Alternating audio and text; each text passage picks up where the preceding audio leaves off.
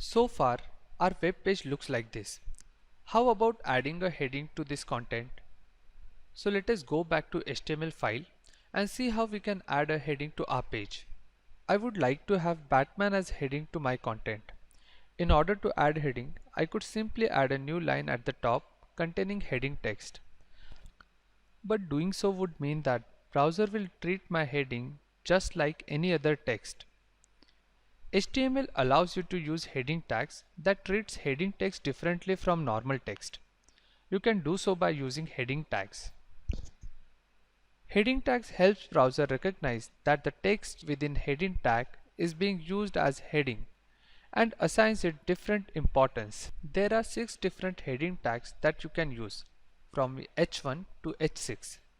H1 is the most important heading tag while H6 being the least important. This is how text would look when you use it within these heading tags. Let us now use heading for our superhero document. Let me add my desired heading in the H1 container. Let us see how our document will appear with the heading tag now. You can see the special importance given to heading text. As discussed earlier, H1 tag is the most important heading tag. As we will add more content to our document, we will use few other heading tags as well. For now, let us learn few other tags that we can use for text formatting. Remember we used B tag for a word to appear bold in previous lesson? All of us have used bold and italic text in the Word documents that we may have created in the past. Similar to the way we used B tag to make text appear bold, we can use I tag to make text appear italic. The text that you would like to have such styling should be enclosed in relevant container. This is how your text would look when you apply these tags.